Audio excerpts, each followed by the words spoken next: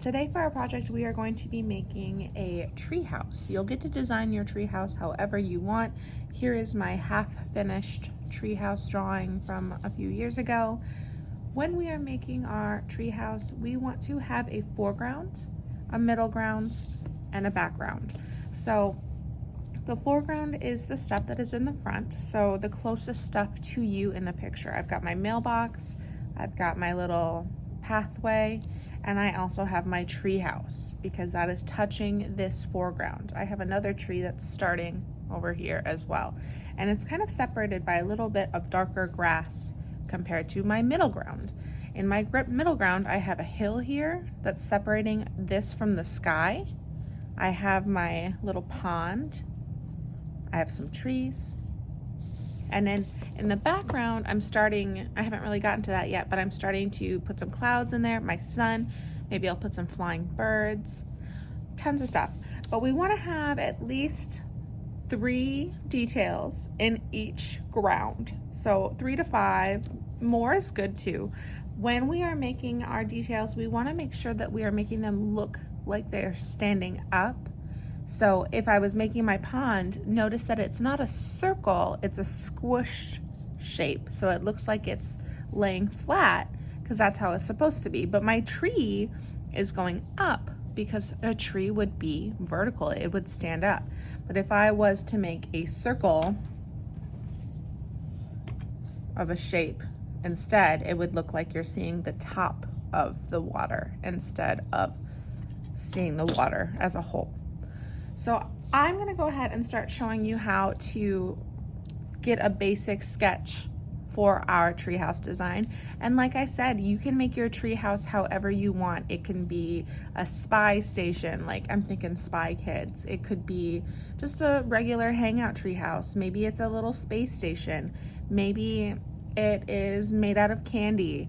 You can totally get creative with it. And I do want it to take up a majority of your space, but notice how mine is in my sky. It's up higher. That way I can still get my details in my foreground and my middle ground. So for me, when I started, let me zoom you back in. For me, when I started, I wanted to start with my tree house. I'm gonna use a Sharpie just so you can see a little bit better, but you will use a pencil. So to make a tree, I kind of start with the trunk, and I don't make the trunk perfect. I'm starting up a little bit, so my grass line's gonna go like here. And I just kind of start with 2 lines that kind of get farther away from each other at the ends. Now these do not have to be perfect lines. These do not have to be straight, and actually they're better if they're not perfectly straight because then it looks more organic and real. When I start to move up my tree, it gets a little bit wider, and I'm starting to separate my branches. So I put a little V here. So this is gonna go off this way, and I'm gonna make a branch that goes off this way. Maybe I'll add one more that kind of goes off to the side. And I want you to plan the space for your tree house as well. Right now I'm using smaller paper just so you can see the details better, but you will be using a large sheet of paper. I want to plan where my house is going. So I'm going to make this branch go off to the side. And notice it's not a perfect line, right? Trees are bumpy, trees move. And then I'm going to continue my branch, and maybe I'll separate it into 2, because they kind of get like forks in the road, you know? Make another one here. They get smaller the farther away from the tree they get. One more right here. Maybe a little guy there that kind of ends. And we'll bring this one off the paper. Bring that one off the paper as well. And sometimes you can finish things later. Like I'm just gonna leave that until I know where my house is gonna go. And I might leave most of this one until I know exactly how my house is gonna go. So I'll leave that right there. Now, I just did a traditional style house last time. I haven't actually even finished it. If you can see, I just have like a door started, a little ladder. I tied it to the tree with some rope and a little bit of wood. But to put your tree house in there, you're gonna need some lines that are more straight because we want this to be a little bit more realistic. So I'll just kind of do what I did before.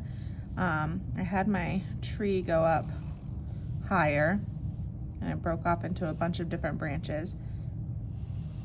Got my little rectangle here for my house. Your shapes can totally change. Because I'm using Sharpie, this is gonna look a little bit different. I had put a little board here. If you were using pencil, you could erase that line in between. I made my door and I made this line here to be like the bottom of the house. Made my door and then I gave it extra details. The more details you give to something, the more interesting and real it looks. So like in your doors, sometimes they have those little rectangles. Doors usually have door frames. And I had that rope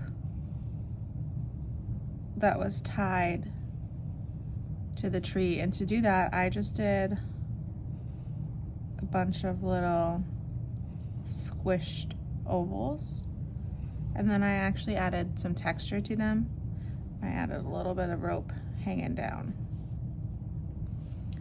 Your roof, you can make a flat roof, you can make a pointy roof. Okay, now I need to make my foreground. So my tree should be part of my foreground. I'm gonna do that by just adding a little bit of a zigzag grass line. Doesn't have to fill the whole thing, it's just adding a little bit of texture and it's making the ground seem a little bit more flat. I'm gonna go ahead and add a little bit of roots to my tree just by adding some wavy lines and making my tree feel like it's really sturdy and sitting. Now, before I had my stairs and my door. I'll show you how to make stairs in a second. Obviously, since I'm using Sharpie, I can't really put my stairs over top, but maybe I could put like a little ladder that goes up my tree. And it like lays down there.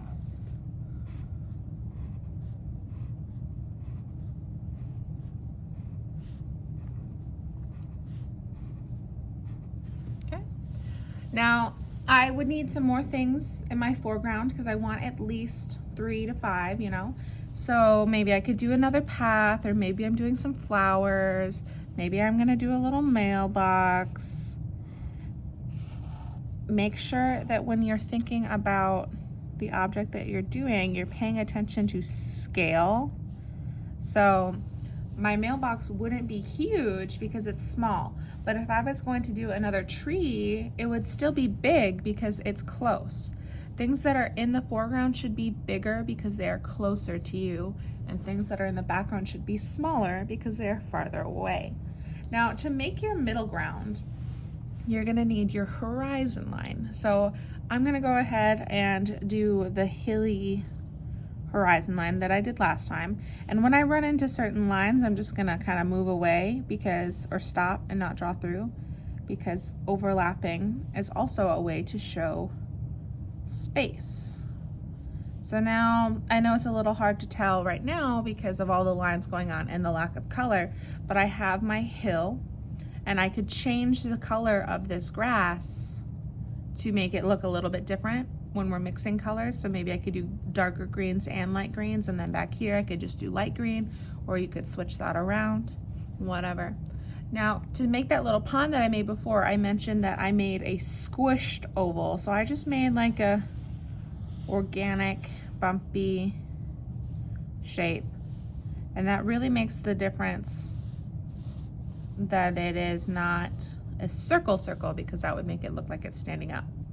When I do my pine trees, and you can do different kinds of trees, and you don't have to do trees at all in the middle ground if you don't want to. When I do my pine trees, I just start in like a triangle shape and fan out. And then I move down a little bit and make the next one a little bit bigger. And then the next one a little bit bigger. You don't necessarily need to see a trunk. If you want to see a little bit, you can put a little bit down there. And obviously you'd be doing this with pencil and color instead of Sharpie, but on the smartboard it's a little hard to see pencil. Then in your background you can put some sun, some clouds. Maybe you want it to be nighttime, there could be stars and a moon. Maybe you want some birds flying in the sky. We want to make sure that we're getting those details, and it should be a full picture. After you are done drawing, and I will come back to the stairs. After you're done drawing, which I don't think we'll finish drawing today, and that's totally okay because we should be getting a lot of details. We are gonna focus on our coloring. Now, I've talked about this before. I don't have a colored pencil with me right now, but when you color, instead of coloring like this with your pencil pointing down, it's easier to color this way because the lead is longer and you get more surface area to color, and you can color a lot quicker and it looks a lot more smooth and blended. Now this looks a little bit different because it's really old, so the color's been rubbing off a little bit and the smartboard kind of distorts the color. But if you look closely, you can see that I did color really neatly and I'm blending and showing value, so color mixing and value. In my pond, for instance, I darkened up the edge that's farther away to give it a little bit of a shadow. I also mixed blues and greens to give it kind of a more pond swampy color. When I did my grass, I used a light green, but then around the edge of my pond, I shaded a little bit of brown for like sand or mud. In my pine trees, I have dark green, light green, maybe a little brown in there too, some little streaks of brown. So see, now that we're a little bit closer, you can see the different colors that I'm using. In my tree, I'm not necessarily using different colors because I really only have brown, one shade of brown for colored pencil, but I did throw in a little bit of black, very lightly, to just darken up some of the edges. See how I darkened up my tree to make it look a little bit more round on the edge, and I added some shadows where those like arms of the tree, I'm not sure, trunks of the tree, I don't know, where they start to separate. I'm darkening that up. Down here with my grass, I got a little bit darker as I got to the edge of my foreground to make it look a little bit more separate. On my little walking path, I added little black and brown again, but it looks totally different from up here because the more pressure you use or the less pressure you use changes the outcome of the color. And this one I used a little bit more black than I used brown. So when we're making this, we want to focus on having our foreground, our middle ground, and our background. When we're drawing this, we want to focus, or coloring this, we want to focus on having value and color mixing. And also notice I am not making you outline with a Sharpie today or next week when we color. I really just want to make sure we're controlling our coloring and defining our lines so that things that we draw don't disappear. And that's why we use Sharpie a lot. It's because we tend to color so much and color over it, and we're not coloring in the right directions of our objects that some of our lines disappear. So we're really going to work on that this time, and you can go ahead and get started. Don't forget, at least 3 to 5 details per ground, not in the whole picture. 3 to 5 here, 3 to 5 here, 3 to 5 in the background. All right, go ahead, get started.